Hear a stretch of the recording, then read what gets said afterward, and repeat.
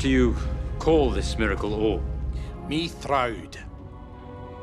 No, it would be Mithril.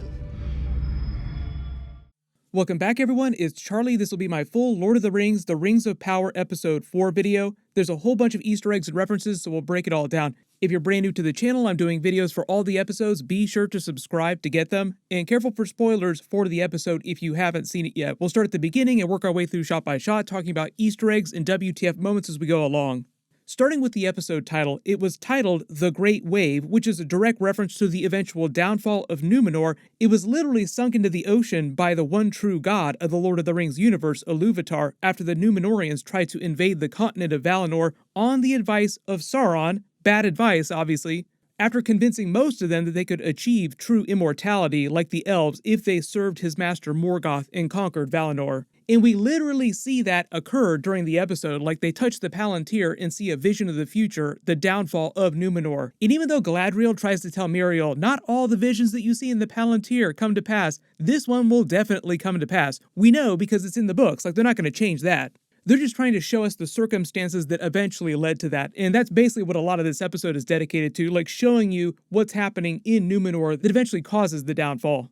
There's also a lot of references to the sinking of Balrog, the actual part of the Middle-earth continent that sank into the ocean during the War of Wrath. So there's a lot of sinking going on during the episode. The whole thing with the downfall of Numenor, though, is that if you remember, in earlier episodes, they kind of referenced the origin of the island. The island itself was a gift to the original Numenorians for their service during the War of Wrath, and the Valar basically rose it directly out of the ocean like it didn't exist before the Valar gave it to them. So during the downfall of Numenor, when they tried to invade Valinor, they basically took their gift back, like they just pulled it back into the ocean. There were also a lot of references to the faithful, especially at the end of the episode, where they referenced the Numenorians that survived the downfall, like Isildur and his family, who went to Middle-earth, and later created Gondor and a lot of the other structures that you see during the events of the movies.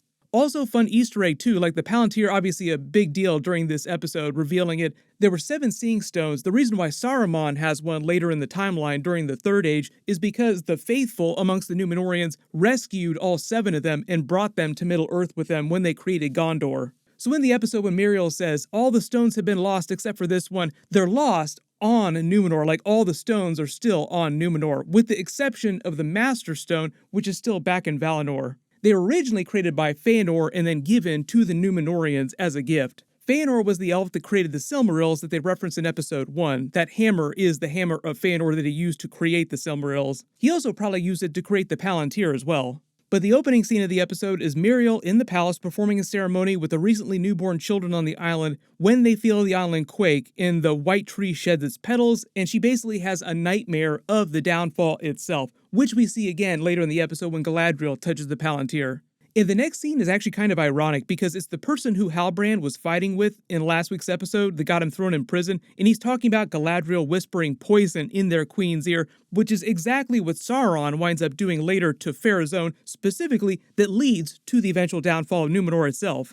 And the whole early part of the episode here is dedicated to showing you the anti-Valar element growing stronger on the island, and Pharazôn building his influence in that base, like basically gives them a make Numenor great kind of speech. Which is a stark contrast to the end of the episode when Miriel says that they're actually going to send an expeditionary force to actually help Galadriel to Middle-earth, and that will become the faithful, the people that survived the downfall. The people who are still faithful to the Valar and the Elves. During the episode, there are a couple times too when Isildur says, "Oh, I won't be able to go west now because I've been kicked out of the Sea Guard." Turns out that's actually a pretty smart move. Don't want to go west because the west is the continent of Valinor. You want to stay as far away from Valinor as possible.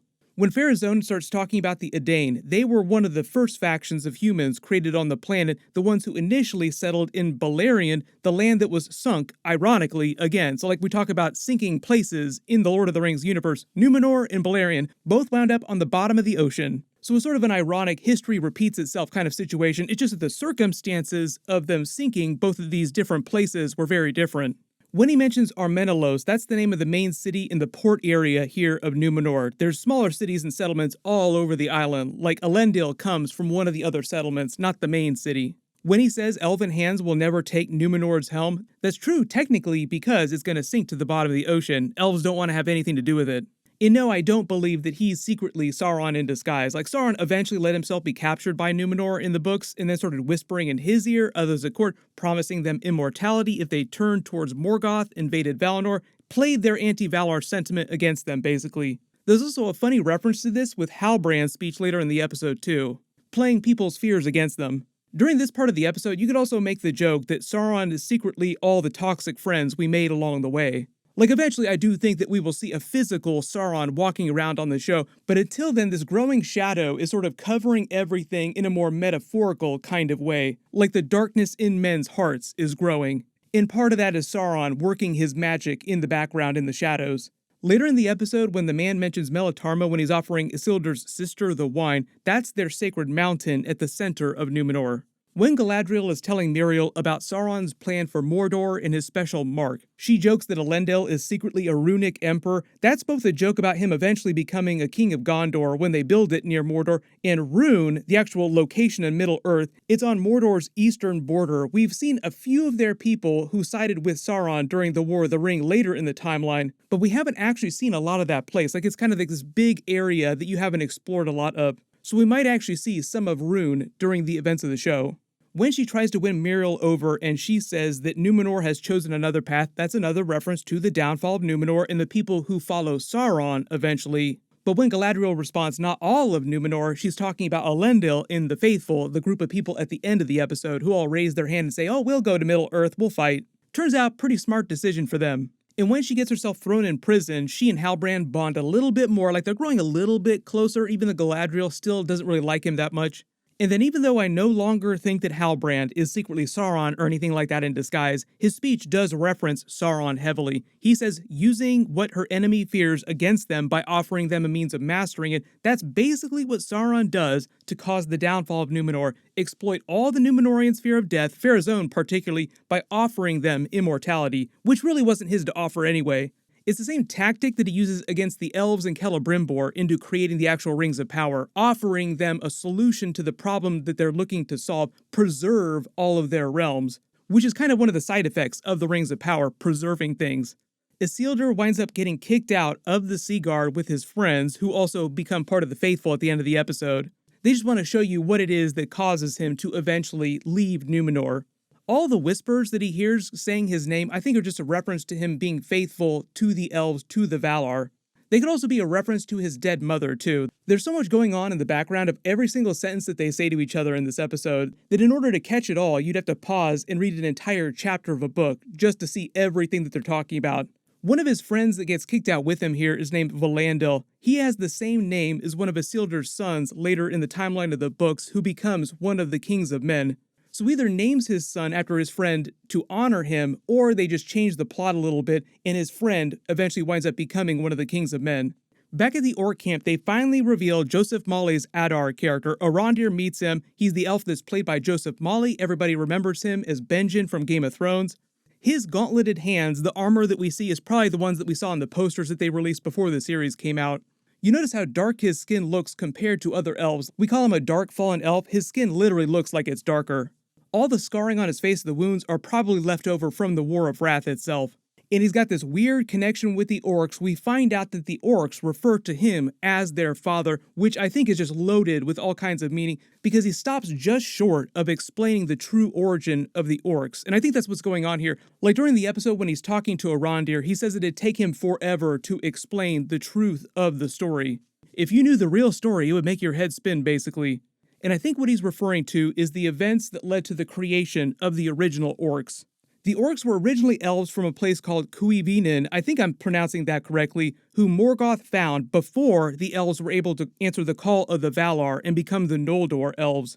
Like when Iluvatar created the elves originally, there were a couple different tribes and they were all just kind of sitting around. Eventually the rest of the Valar found them and called them to Valinor. And the ones that answered the call are referred to as the Noldor elves, which Galadriel descends from. But Morgoth found the original elves before the other Valar did and was able to steal some of them and take them to his original fortress, which I believe is supposed to be the fortress that Galadriel finds at the beginning of episode 1 with the Forge, and the orc melted into the wall. So that could have also been the place where Morgoth turned those original elves into the original orcs. And maybe one of the reasons why these orcs call Adar father is because he was part of Morgoth's forces with Sauron in creating those original orcs, so he's kind of like their father, so to speak. Or maybe he was directly related by blood to some of the elves that were turned into orcs, so like these orcs are literally his descendant. But either way, Adar seems like he is part of that original group that fought with Morgoth during the War of Wrath, because he has this whole conversation with Arondir about Balerion, that original place that sank into the ocean during the War of Wrath. Arondir was born there later in the timeline, but it sounds like Adar actually visited that place a long time ago, way before that. The river he references specifically might be Sirion. That's the main river running south to north through Balerion.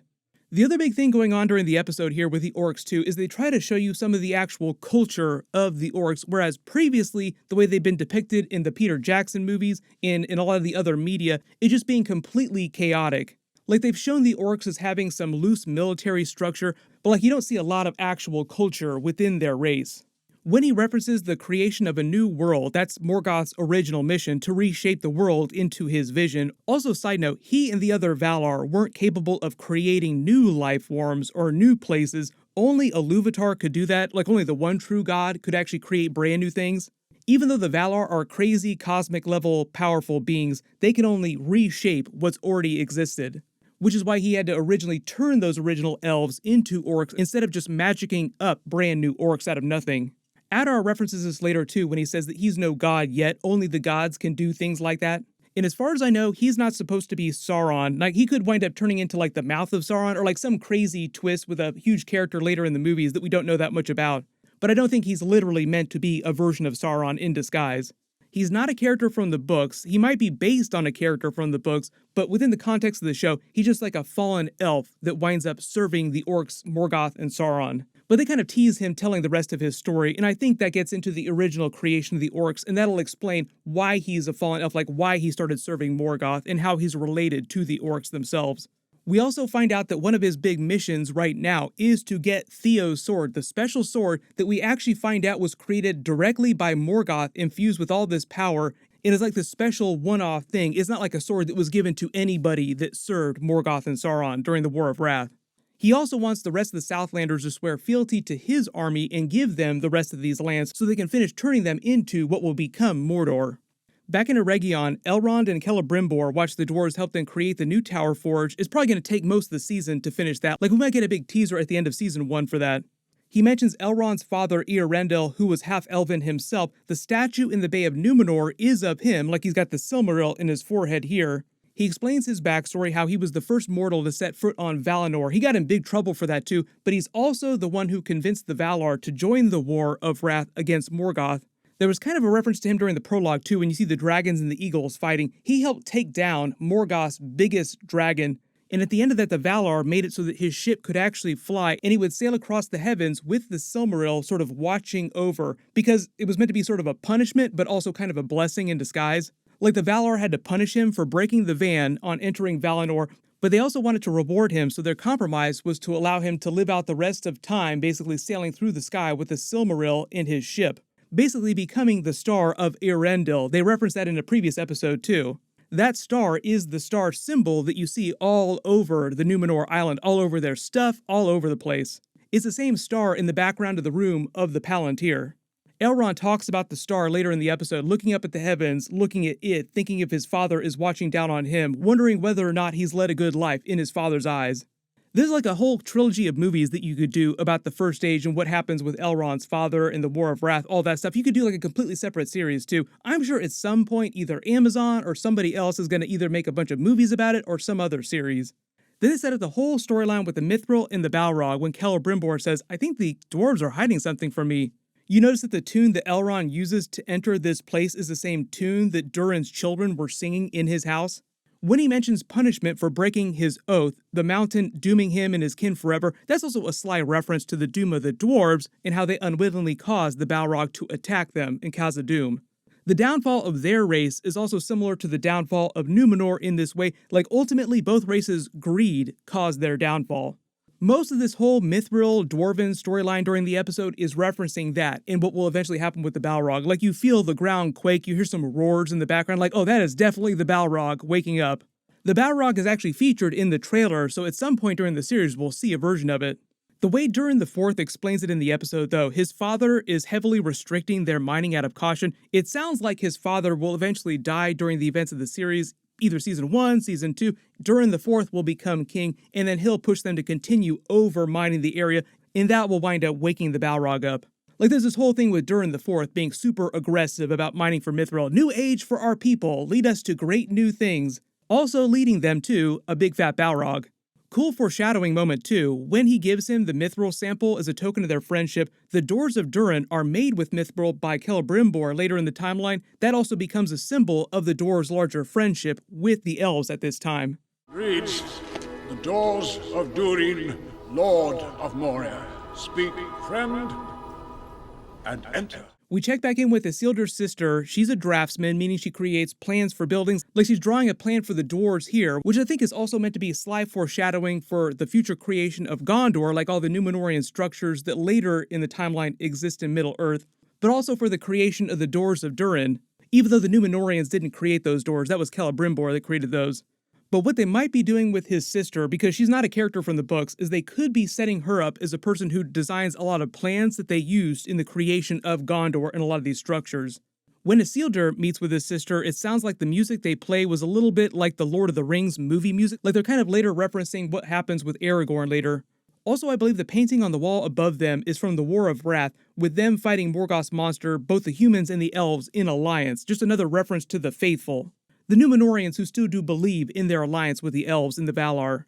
The sea serpent also kind of looks like the same one that Galadriel and Halbrand just escaped recently as well. Then they have the whole scene with the Palantir. I explained that earlier in the video. How basically eventually Isildur and the other faithful will find the rest of them and take them to Middle-earth with them when they eventually migrate before the doom of Numenor. And a lot of this part of the episode is meant to be foreshadowing for Miriel listening to the portents, the white tree shedding its petals, which is a sign the evil is coming, like danger is near. The funny thing about the petals shedding too is they literally shed in the direction of Galadriel, like the whole island, and they all just kind of blow in her direction, like, oh yeah, you should probably be listening to what Galadriel said. Which caused her to allow the faithful, like a group of Numenorians, to go with her to fight on Middle-earth. When we check back in with Theo, he gets saved by Arondir. Obviously, the reason why the orcs don't follow them into the clearing out of the woods is because they're so sensitive to light. They're kind of like vampires in that way, in that they have to live underground, like the sunlight burns their skin, literally. We learn a little bit about how the dwarves also uncover new veins of minerals when Disa is singing this special ceremony here. She says they were trying to pray to the mountain to save the miners, but they also reference this in earlier episodes where she talks about being one of the people that helps them find new veins, like she talks, metaphorically, so to speak, to the mountain, but a lot of it has to do with these songs that she sings. And I think a lot of that gets into the sonic vibrations in the notes of her actual song. She makes it sound kind of magical, so there might be like a little bit of magic involved, because magic obviously does exist in the Lord of the Rings universe, but I think some of it is also practical with the sonic vibrations too. Later when Durin IV is talking to his father, being suspicious that something larger is afoot with the elves, the plan to create the Forge, that's just another reference to the eventual creation of the Rings of Power and what Sauron is doing. And then aside from like the Palantir and a lot of the other cool history, one of the best moments of the episode I thought was when we get the prophecy reveal about Sauron's return and we find out about the origin of the magic sword that Theo's been wielding. The old man reveals that the sword previously belonged to him, and it just belonged to one of his ancestors, like he himself was not alive to serve Morgoth during the War of Wrath, because the life expectancy for the humans living in the Southlands was closer to like 90 years, so it would have been one of his grandfathers or another ancestor earlier in his line that would have gained possession of the sword. But the way that Adar talks about the sword and the other orcs sounds like it didn't originally belong to a human, like it either belonged to one of the original human kings that served Morgoth, or it belonged to Morgoth or Sauron himself. Which is why it sounds like either Theo or his father might wind up becoming the Witch King of Angmar or one of the other kings of men that become the Nazgul, like the ones that wield the Rings of Power. The power the old man refers to in the sword is Sauron and Morgoth's power. When he says it was fashioned by his master's own hand, he means the sword was created by Sauron's master, Morgoth himself, which is probably another reference to the special forge in his fortress that Galadriel found. The sword was also probably forged on that altar. When he says beautiful servant, that's a reference to Sauron in his true form. This is what he looks like. This is a deleted scene from Lord of the Rings Return of the King. This is what he looked like when he wasn't wearing the armor, but the reason why he looks so beautiful is because they're like these angelic beings. The Old Man also references Meteor Man, saying that that was a sign that Sauron's return was near, but not that Meteor Man was Sauron himself specifically. I think that the Mystery Man is meant to be one of the wizards.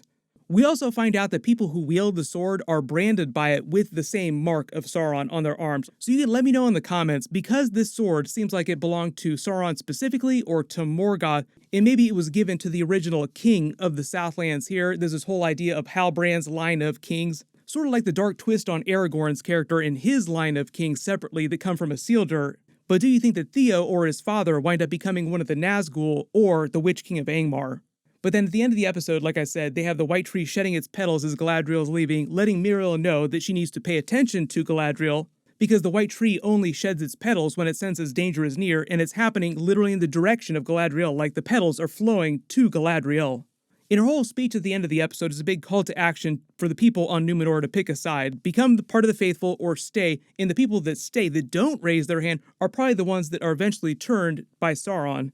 So if you spotted any other references in the episode that I didn't talk about in the video, just write them below in the comments. There's like a billion things that happened in this episode, so you could watch it like 10 times and find brand new stuff. Hopefully we don't have to wait too long before we find out Adar's real connection with the orcs. But I explained what I think his history is supposed to be earlier in the video. My full episode 5 video will post next Friday after they release it, and my House of the Dragon episode 5 video will post Sunday. There's a bunch of other stuff happening too. Star Wars Andor episodes are starting next week too. They'll be the first 3 episodes. It is supposed to be fire, so it sounds like it's going to be really cool. My episode videos for that series will post on Wednesdays. It'll be a Wednesday show. Everyone click here for my House of the Dragon episode 5 trailer video, and click here for all my other Lord of the Rings episode videos. Thank you so much for watching. Everyone stay safe, and I'll see you guys in the next one.